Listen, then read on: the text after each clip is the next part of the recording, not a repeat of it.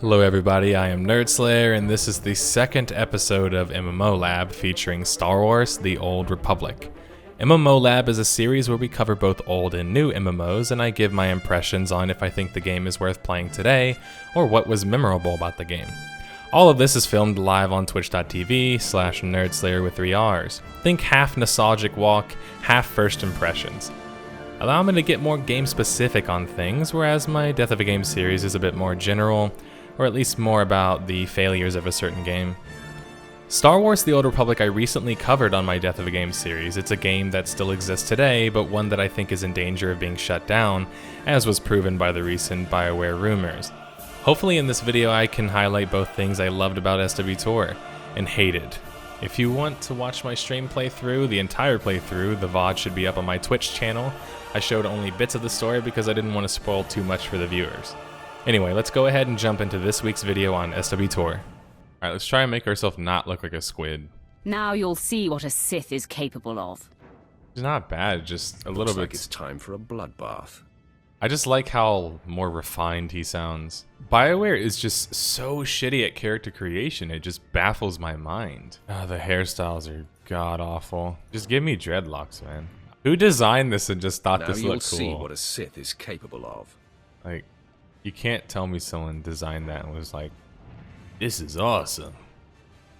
Or like the bounty hunter would say, now this is awesome.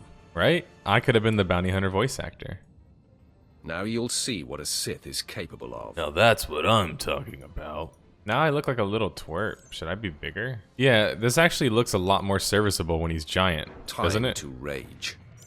The time to rage part is a really cheesy piece of dialogue. I'm not really sure why they put that. I actually think we created a semi-decent looking character. Your name doesn't matter at all.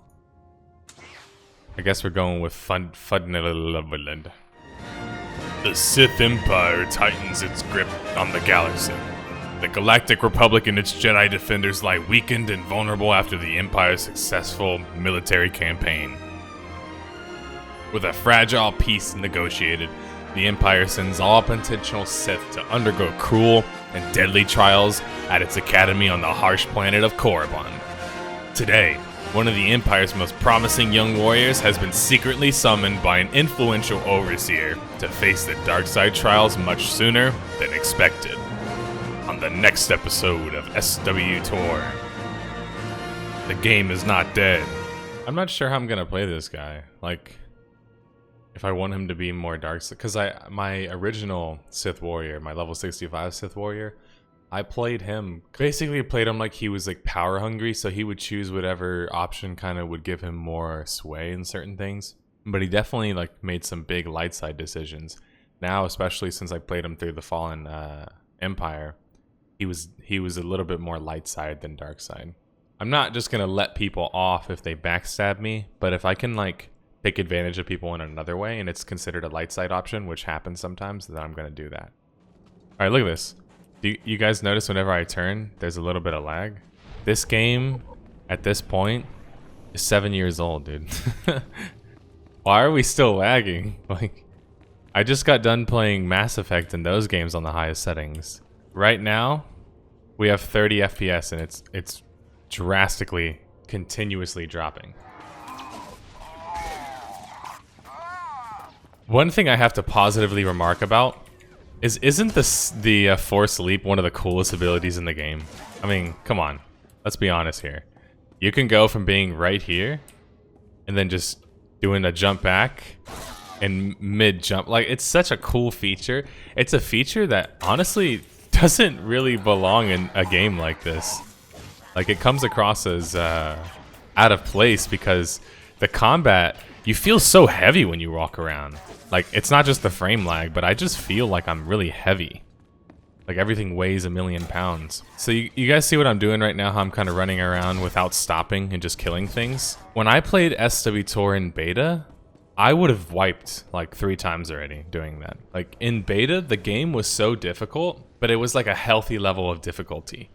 Early on, if you were to run around and just aggro a bunch of mobs, you would die. Like, you couldn't get away with doing what I'm doing now, which is just running from mob to mob, and I have like 0 fear of dying. I mean, I can see why people were like angry at me though. Look at how many people are just in this starter zone. 128 people. That's pretty cool to see. This gives you the idea that there's tons of people playing this game, right?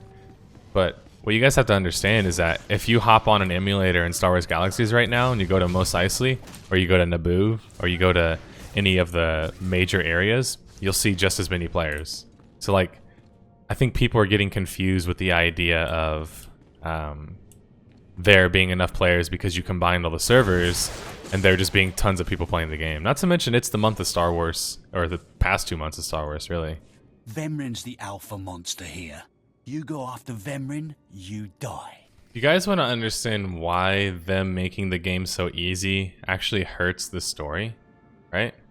You want to understand why? You see how that guy just like threatened me and said like, oh, if you step in the way, like I'm gonna take care of you kind of thing? Do you honestly think that I have any fear of this character? Like any at all? Do you think I have any fear? No.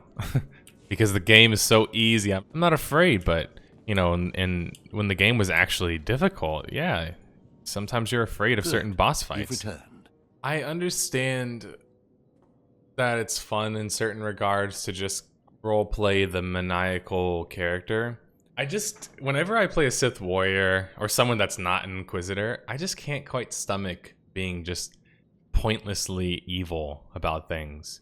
Like, for example, here, why would I just be like, do you want to die? It sounds cheesy. I don't know, it doesn't make sense. So now you must decide, execution or trial by combat. Which do you choose? So in this scenario, the light side option is allowing her to escape and then become an assassin for hire for the Empire. The way I see it is, if you just kill her, because she didn't end up killing the guy, I mean, you're not really, the crime doesn't fit the punishment, right? You're just gonna kill people who are in an attempt of murder. I mean, I don't know if you would just kill them per se. And not to mention that it wasn't like she tried to kill somebody even particularly notable or whatever. It's just some officer person, whatever else. And arming her, it makes sense from the perspective of you trying to give somebody the ability to test themselves. But to me, it's just like, I mean, it makes more sense to use her as an asset. Judge me with an open mind and grant me trial by combat, I beg you. So he made a big mistake there. He told me what he wanted right away, which in regards to being a Sith, it's not a smart thing to do because now I know what he wants the most and I know how to deny him that, right? So I can get the information out of him theoretically, or I can just torture him. See, this is considered the light side option, to just continue to let him rot. I don't know about you guys, but I think being killed is a light side option. I suppose it's actually possible he didn't do it. So, what do you decide?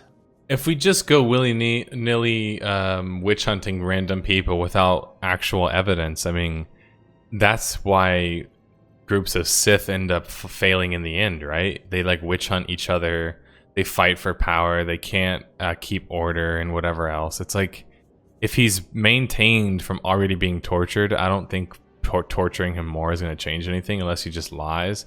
And then you don't care about objectivity at that point. You just want him to like confess to a crime he didn't commit.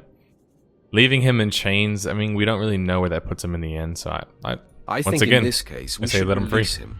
Let him go. Unlike most Sith, I care a lot more about logic than just my passion and emotion and whatever else. What's the best class to play this game? Depends on, first off, what type of class you like to play. Do you like ranged or melee classes? And then it also depends on which stories you typically resonate with the most.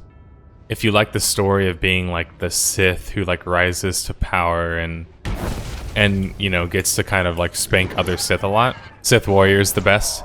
It also has quite a nuanced storyline. If you like a more kind of subterfuge, think James Bond mixed with like Sherlock to some extent, then I would recommend the Imperial Agent. Imperial Agent and Sith Warrior have the most nuance in regards to the options that you make. Imperial Agent has the most, and then I would say probably Scoundrel or Smuggler after that. The unfortunate thing about the Smuggler is, although it has a good Act 3 and the best dialogue in the whole game, it falls victim to really poor pacing early on, and then also the class identity isn't very memorable. I mean, it gets old after a while hearing your guy go heh whenever he does like the little pistol whip thing. If you just like the prototypical action hero playthrough, play the Bounty Hunter. Bounty Hunter is one of the best classes in terms of like its combat. Like Maghorn was saying that in game, that he thinks Bounty Hunter is one of the best classes. I think in terms of combat, it feels very distinctive, and I love how powerful you feel when you blow everybody up with explosives and stuff. That's really cool. I'm kind of used to subbing. I mean, when I originally played the game, it was sub-based. Back then, I hated doing side quests, man. My mindset has changed so much over the years, especially since playing this game. One of the most important things I would want to impart to someone who is maybe looking at me playing this game, or seeing me even mention it and being like, I remember my poor experience playing the game, and maybe you're just not willing to play it because you're thinking about your old biases or your old experience playing the game. To those people, I would say, still play the game. It's definitely come away in regards to the pacing, especially if you're a subscriber. You level up much quicker. You almost never need to do any side quests. You can just focus on the main story and then the story for the each planet, because every planet has planetary stories. I also say, change your mindset. When you come into this game, don't think about it in the sense of like, it's an MMO, I'm gonna be doing raid content, I'm gonna be doing this, I'm gonna be doing that. Don't think about it in that sense.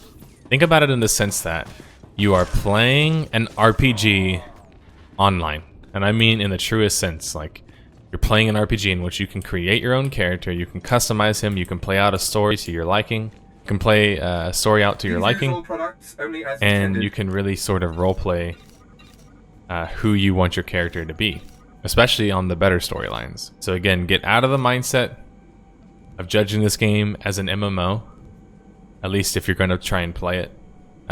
That's my best advice for you. Yeah, I mean, look, if you don't want to play SWTOR because you have personal reasons and you really dislike EA and you don't want to support EA, by all means, I totally understand. But the problem with that kind of mindset is EA owns BioWare now, guys. You're never going to get the original BioWare back. And many of the stories created in this game, you know, the class stories, for example, are created by BioWare. So is it worth giving up on BioWare because EA, you know, is in charge now? The BioWare team that worked on this game is the OG BioWare team. You know, they had a lot of the old, you know, people working on the game. Ray Mizuka, James Olin, Drew Karpyshyn. You've got some of the OGs working on this game. So from that perspective, you owe it a shot. I get it if the combat's not for you, if you hate how the performance is trash. 2018, when we're still having massive frame drops, and this game struggles to get over 100 FPS for me, which is bizarre because I can play games that are much better looking and get much better FPS. All of that aside, though, the story's worth it. And instead of boring you guys with super long details, I instead, you know, well, it also was voted by you guys, but I figured what better way to show you guys the cool aspects of this game than for me to play it. Because I spent, you know, 30 to 40 minutes talking about the things I didn't like in this game, and only a couple of minutes in my Death of a Game video talking about what I liked. And that's sort of the nature of Death of a Game. You're going to hear me talk a lot more about the critical. I'm going to be more critical about things, right? It's going to come across like maybe I hate certain things. And some people who are more, I think, guided by their emotional whims or whatever are going to just assume that I hate things when I'm being critical of them. But that's the nature of the media, right? That's the series. Death of a Game is more about highlighting reasons something fails, more so than highlighting things that it does great. Yeah, Drac and Die, quite a few people have said that. They actually wished that Star Wars: The Old Republic was released as a single-player game, because there is great single-player games here. I like the aspects of seeing other people run around and stuff, but my biggest issue with it attempting to look or come across as an MMO is that it just doesn't feel congruent. And I'm big about congruency. Star Wars: The Old Republic, one of the coolest things that it does is it captures very fun and iconic stories from non-Force sensitives. I mean, name another Star Wars game that really talks about non-Force sensitives. The most recent Battlefront tried to do it. They obviously didn't do a very good job in their implementation of the storyline. Jedi Outcast series, or sorry, Jedi Knight series with Cal Katarn before he becomes Force sensitive. I guess that technically counts, right? When he's like a stormtrooper and stuff. But really, there's not a whole lot of Star Wars games in which you don't play as somebody who has Force sensitivity.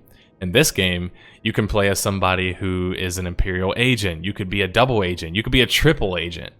You could play as a bounty hunter. You could go after bounties. You could maybe be more about your code or whatever else. Feel like the uber action hero.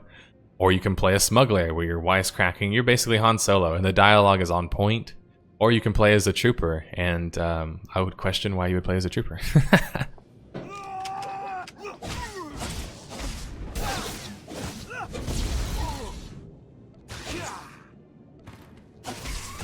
Does this feel epic to you guys? I don't know, like, just to people watching the game. Did that fight scene seem epic to you? Did you feel powerful? I mean, these guys are level 5. Like, this guy's level 6, that guy's level 5. Like, nothing about that felt epic. I don't feel rewarded for winning that fight. Fights like this should not feel like a waste of time. There should be some level of difficulty to them. And this is why dumbifying your game and easifying your game is bad.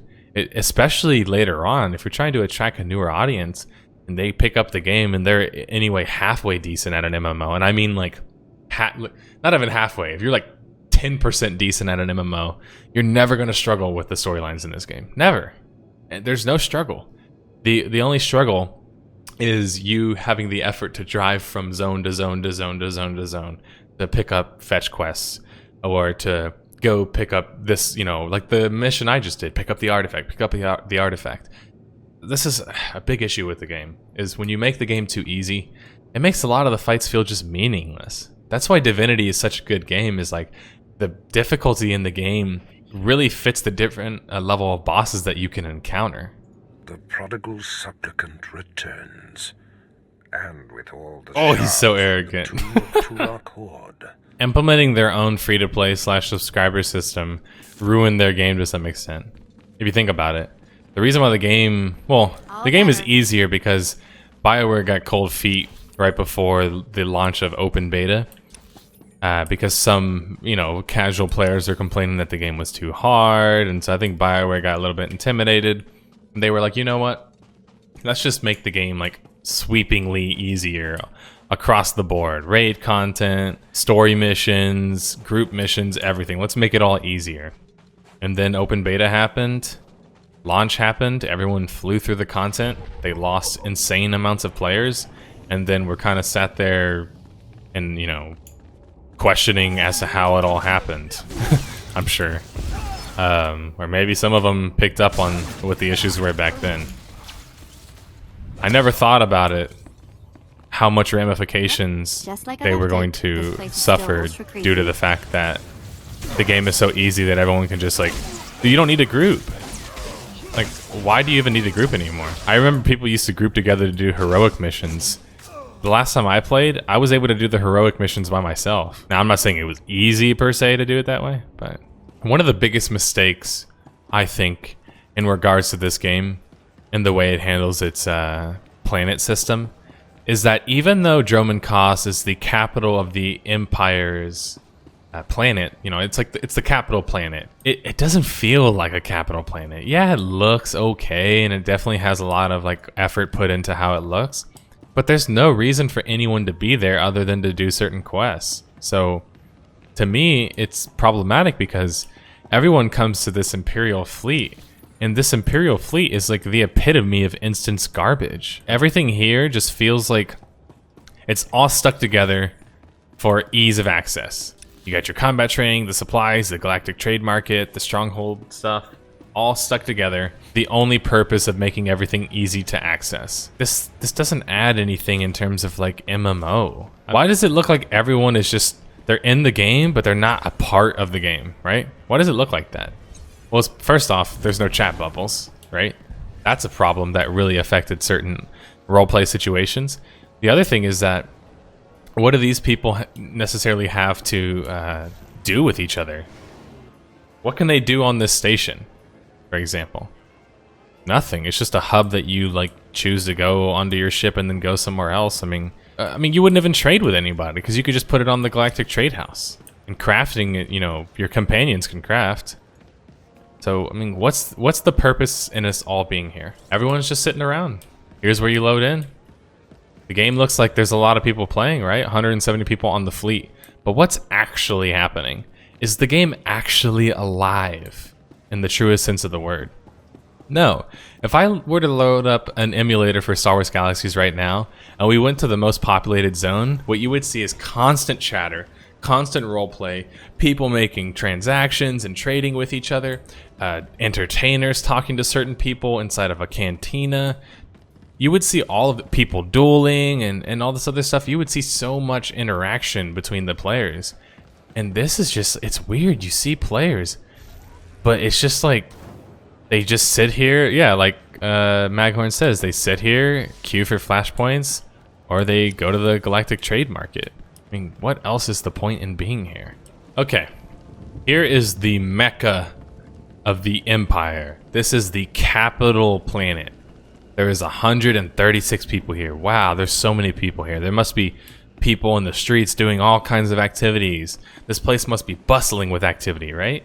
You would think, right? So obviously we have a bit of a monochromatic theme. That makes sense. You know, typically very industrial places can kind of lack a little bit of color. The only color you kind of see in the distance is the red.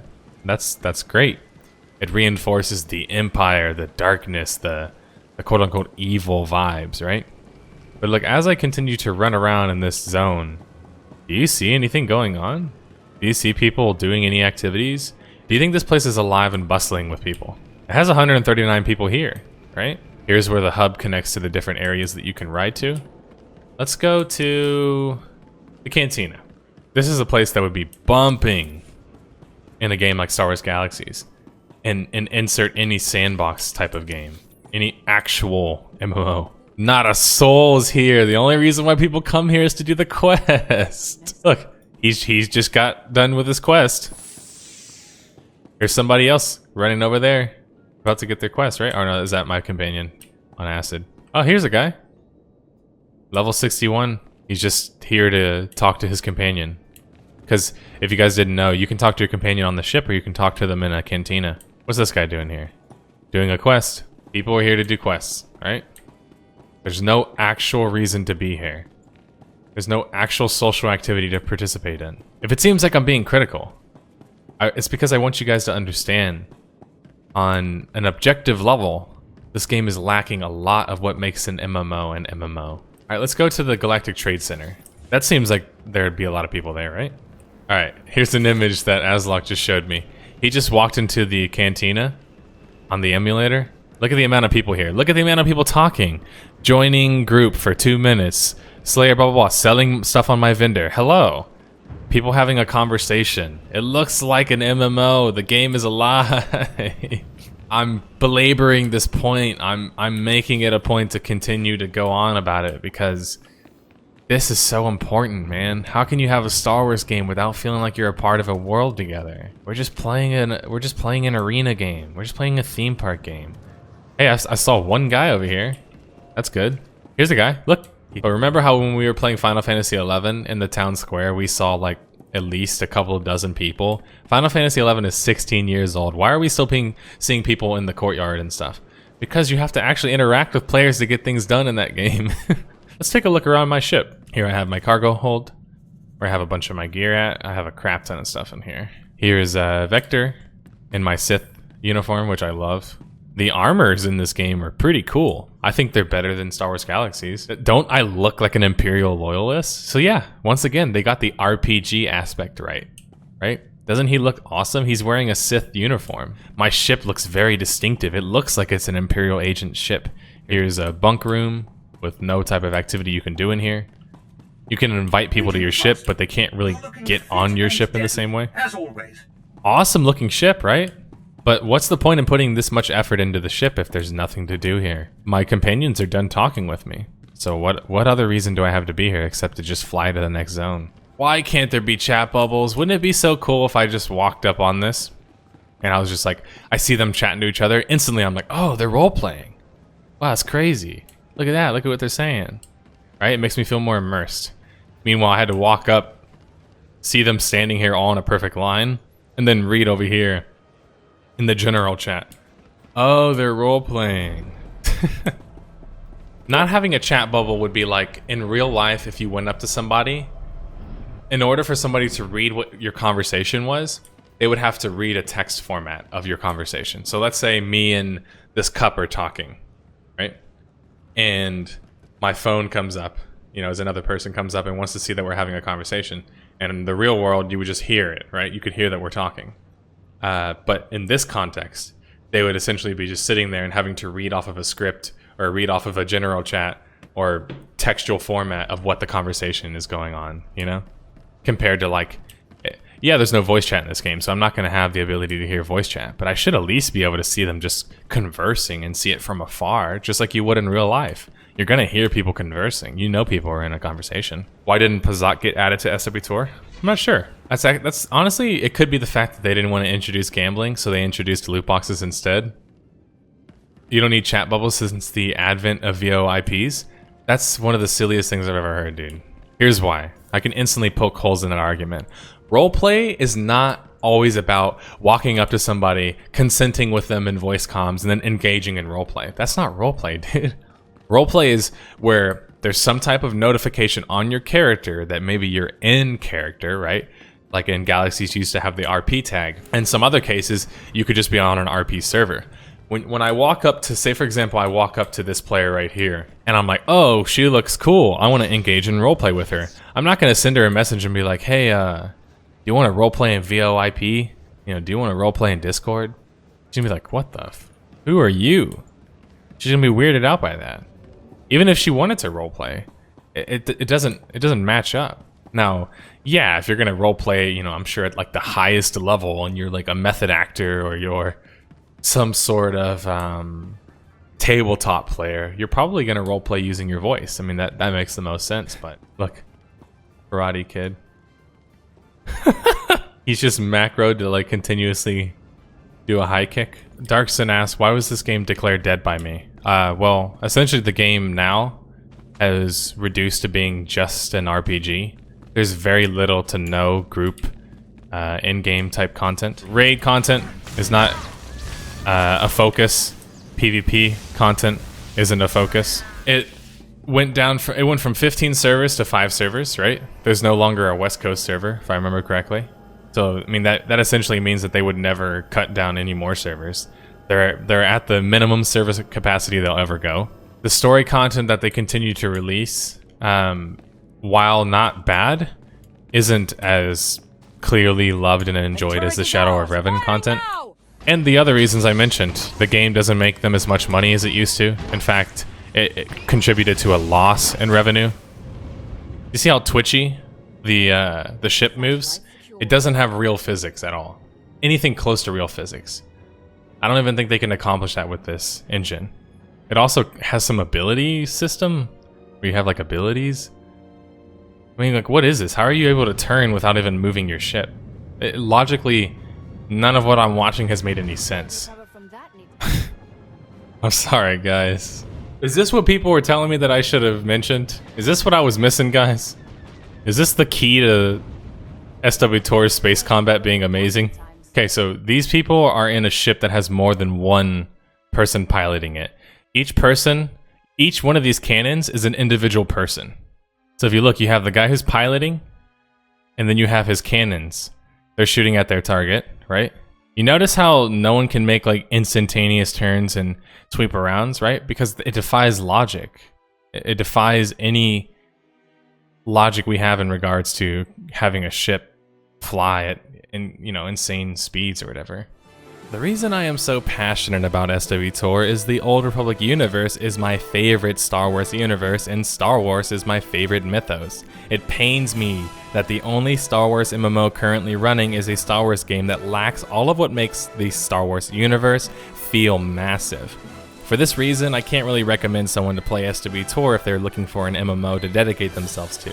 I can, however, recommend it to someone who's looking for Star Wars lore, or more Star Wars lore and story experiences, and doesn't mind a lackluster combat experience in exchange for good storytelling. But even that has a caveat, because in SWTOR, the MMO aspects in many ways take away from your story experience, especially the very business model of the game. The going from zone to zone with fetch quests and such isn't terrible in itself, but because the gameplay is rather lacking, it can sort of drag on at times. Not to mention story in an MMO can't possibly match story in an RPG. That's why you have some Star Wars fans up in arms about SWTOR, because to them it signified the death of KOTOR 3.